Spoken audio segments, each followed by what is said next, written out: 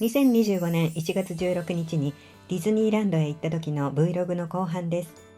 まだの方は前半もぜひご覧ください。さて、トゥーンタウンのミニーの家から後半戦を始めることにいたしましょう。とっても可愛いお家でいろいろ触ってみたくなりますよね。部屋にはミッキーとの思い出の写真や品物がいっぱいあります。キッチンにはオーブンや皿洗い機に触るとなんか楽しいことが起こるそうですよ。結構混んでいましたね、部屋の中は。ですので写真動画を撮るだけで精一杯でした。娘が小さい時に喜んで遊んでたなっていう姿を思い出していました。トゥーンタウンはね、思い出がいっぱいの場所になります。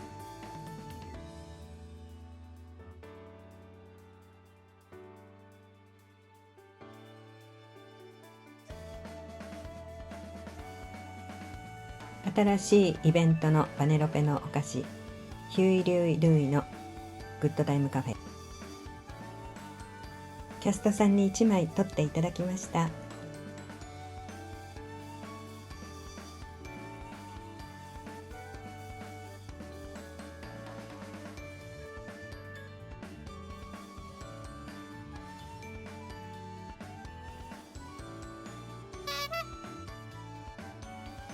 オムニバスに乗ってみました。アンティークなデザインのバス、街中の人気者。21世紀初めにニューヨークの街を走っていたオムニバス、2階建てのバスのことですが、プラザをのんびりと一周、垣間見えるさまざまなテーマランドに胸が躍ります。公式ホームページから拝借しました。この間に見える風景が何とも言えず趣があっていいですよね。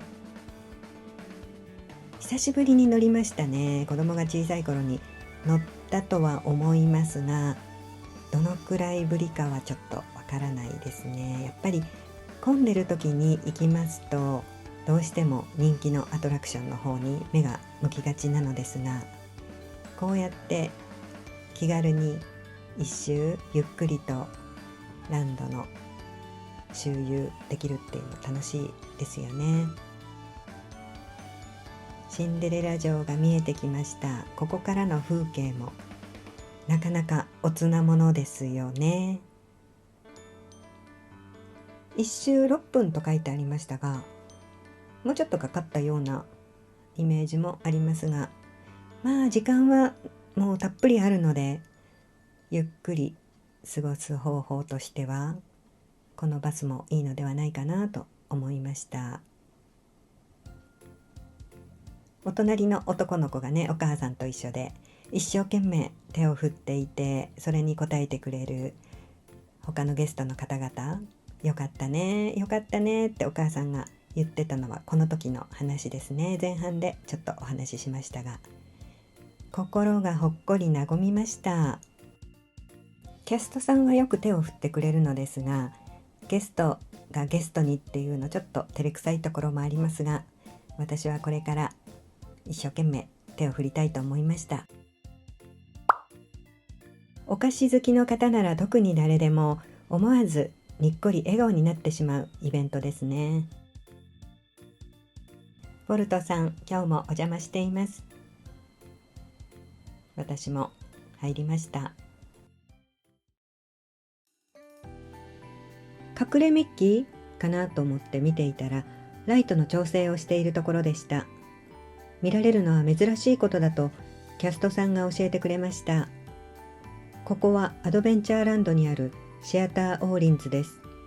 現在ジャンボリーミッキーレッツダンスというショーを1日5回公演しています。公演時間は約15分で、ディズニーの仲間たちとダンスを楽しむことができる子供向けのショーです。無料ですがエントリーが必要なショーです。今度見てみたいですね。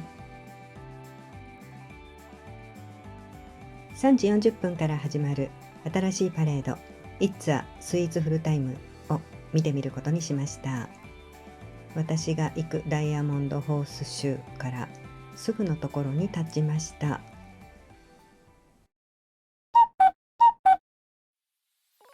パレードの先頭が見えてきましたよ。とてもワクワクしますね。開始の約10分前に到着しましたが、立ち見の1列目でパレードを見ることができました。コンセプトは、可愛くてカラフルなすべてがお菓子でできたリゾートです。見ているだけで本当にウキウキする楽しいショー。そして新イベントの主役、ディズニー映画シュガーラッシュに登場するバネロペです。私の娘も大好きなキャラクターです。お菓子が好きな人なら誰でもワクワクする気持ちになると思います。まだ始まったばかりのショーで装飾も衣装もピカピカ光り輝いているようでした。パレードでは一緒に踊る振り付けがあります。ショーの前に練習時間があってキャストさんが教えてくれます。カメラを向けて撮影に忙しい方も多いですが、私もそうです。でも一生懸命に踊っているゲストさんもたくさんいて、パレードを心から楽しんでいるようでした。ショーとパレードのことをショーパレと訳して言うのですが、アトラクションにも乗らずにあんまり動くこともなく、一日ショーパレに特化して楽しむ方も多いとのこと。最初はあんまり理解できなかった私も、いずれ私はショーパレ大好きになるような、そんな予感がしています。人気のダンサーさんもたくさんいるようですね。人気があるのもうなずけます。とってもわかるような気がします。ミニーちゃんの登場です。かわいい衣装はこの新しいイベントに合わせた衣装でしょうか。スイーツをイメージしてフロートもとっても可愛らしいですね。美味しそう。デイジーも見えますね。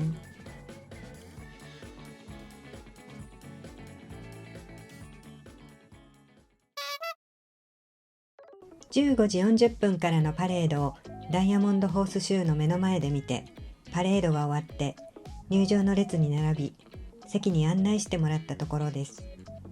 2階席でした。でも見やすいし、それでよかったです。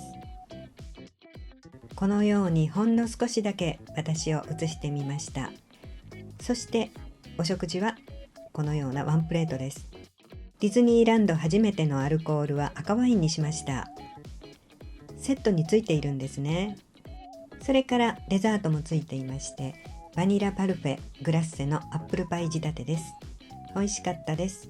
ショーが始まる前に全て食べてしまおうと思って急いで食べました。美味しかったから本当にあっという間でした。別料金でコーヒーをオーダーするために下の階に降りてみました。始まりましたね。本当にどのショーも楽しくて、あっという間、本当にこれがあっという間っていうんだなという感じですごい楽しかったです。飽きないですね。大人も子供も楽しいと思います。ドナルドの声が変わるのが面白かったですね。急にね、イケメンボイスに変わるんですよ。最後には戻ってしまうんですが、でもみんながね、ドナルドの声はそれでいいよって言って慰めるというか、みんなでね励ますんですけれども、確かにお料理を食べながらゆっくり見るというよりも、ショーが楽しすぎてショーに集中してしまうので、料理の食べる手は止まってしまうと思うので、ショーが始まる前に食べておいた方がいいかなと思いました。いや、素晴らしいですね。舞台はコンパクトなのですが、本当に考えられているなと思いました。また見たいですね、ぜひ。1階の方はキャラクターが回ってくれるので、いつか1階で見てみたいと思います。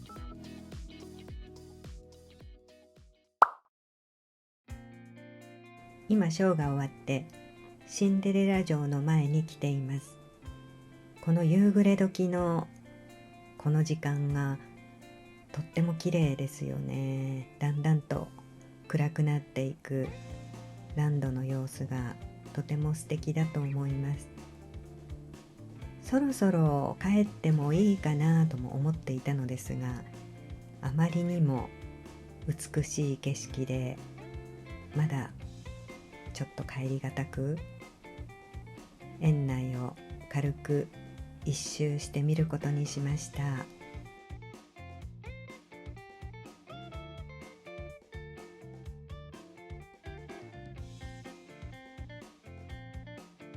ディズニーランドへはもう行ったことがある方も多いのではないでしょうか。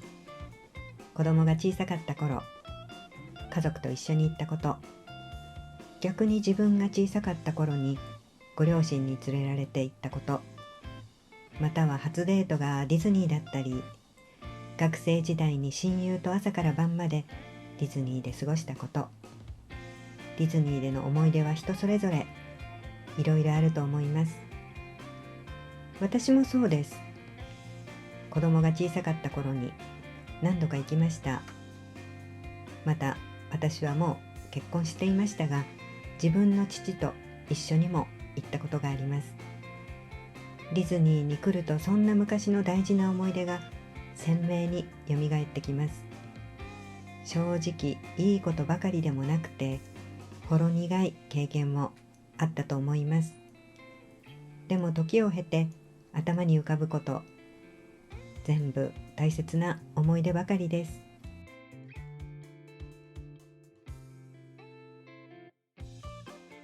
この辺りは美女と野獣のエリア、本当に素敵です。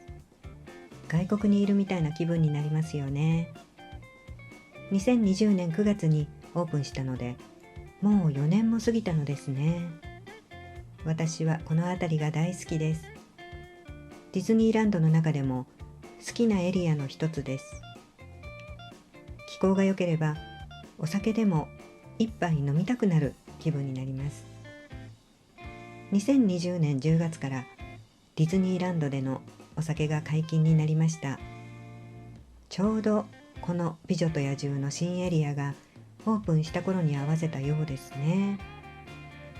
当時賛否両論あったのかもしれませんが、私は良かったと思います。大人ディズニーとしてお酒をたしなむ楽しみが増えました。この噴水はガストンの噴水です。ガストンは映画美女と野獣に登場するキャラクターです。ガストンはヴィラン、つまり悪役ですが、この場所にラ・タベルヌ・ド・ガストンというガストンの名前がついたレストランがあります。私はまだ利用したことがありませんが、ホットワインがあると聞き、次に行った時は飲んでみたいと思っています。夜のトゥーンタウンはより一層素敵なので、つい行きたくなります。言うまでもなく昼間も魅力的な場所ですが、夜はライトに照らされてもっと映えるエリアになりますね。噴水もライトアップされてとっても綺麗です。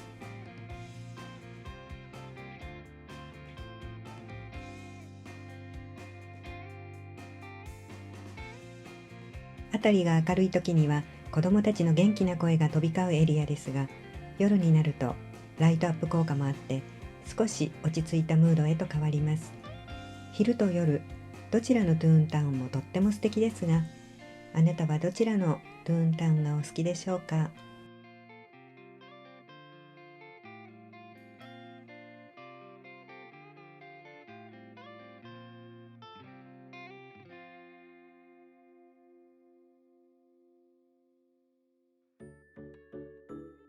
最近このようなディズニー Vlog 動画に勇気をもらったので、私も一人ディズニーに行ってみますというようなコメントが届くようになりました。ディズニー素人の60代のおばちゃんの私によるディズニー一人旅の動画、いろいろな方に届いていると実感することができました。動画作りは結構大変なんですが、どなたかの何かの参考に少しでもなっていれば励みになります。こちらこそありがとうございます。ディズニーの入園料は正直安くはないですよね。園内で食べるものもそれほど安くはないですが、その価値は十分にあると思っています。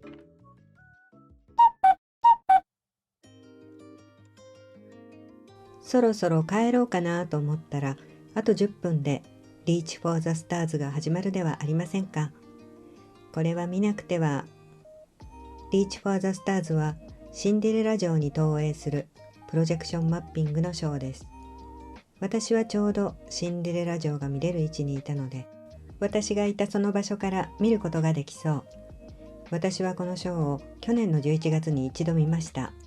娘夫婦と婿さんのお母さんと私の4人でディズニーランドへ行った時に特等席から見ました。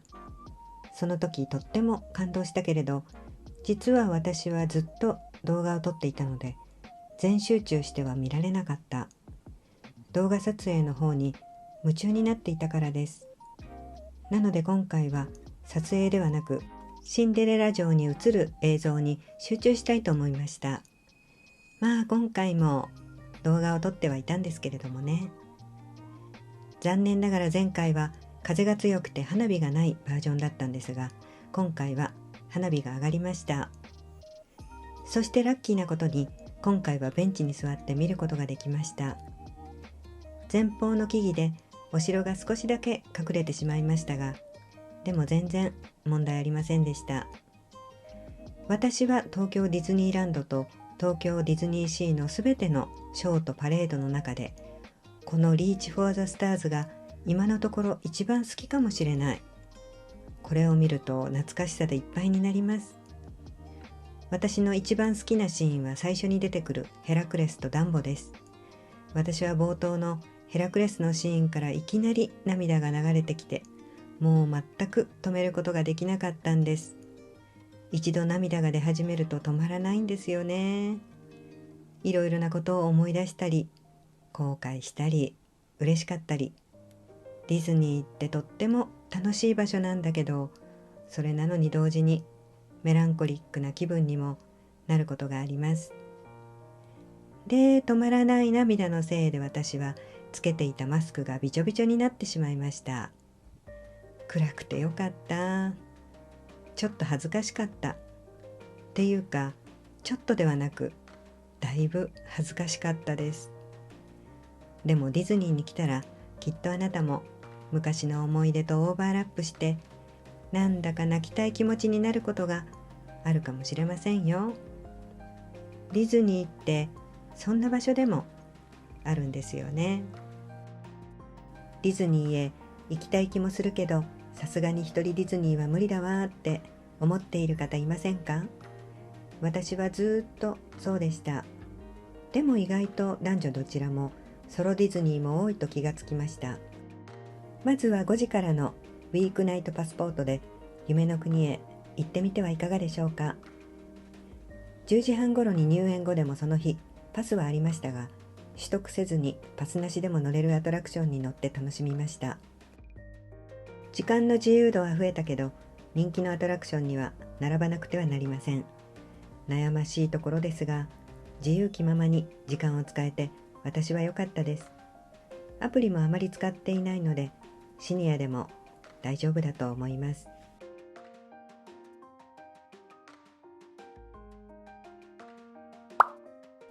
今回もディズニーランドでの滞在を心から楽しめました。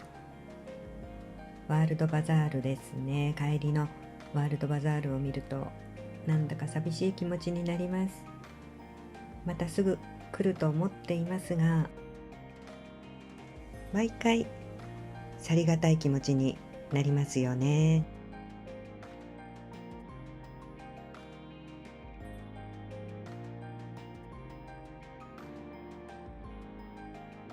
出口を出てしまいました。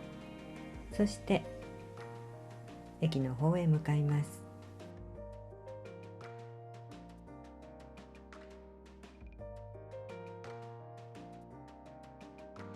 バス乗り場です。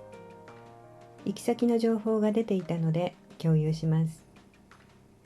バスは季節によって本数などが変わるようですので、調べてからご利用するようにしてください。閑散期は本数が少ないようですね。お気をつけください。子供が小さい頃は車でもよく行きましたが、今はほとんどというか 100% 電車でですね。東京駅から15分230円で着くのに本当にアクセスがいいですね。便利です。でも例えば乗り換えが多い方など、バスはすごく便利だと思いますね。私も今年中には一度どこかまで乗ってみたいと思います。今回お菓子がテーマの新しいイベントに接することができました。とびきり明るくなるメロディーやダンスに気分がワクワクしてきました。日頃のストレスも吹き飛びそうです。ぜひ日常を忘れに行ってみてはいかがでしょうか。このゲートを抜けると本当に帰らなくてはならないんだと実感します。右手にあるボンボヤージュ、つい入ってしまいますよね。こちらのコーナーは特別なコーナー。新しいイベントバネロペのスイーツポップワールドのグッズを購入できる場所ですが、まず来場を予約してこのように並ばなければなりません。舞浜駅までは歩いて10分ぐらいかかるかな。そして電車に乗りますが、電車も5分から10分ぐらいに1本来るので頻繁に来ます。この日も一番後ろの車両で座れました。空席もありました。最後までご視聴ありがとうございます。またお待ちしております。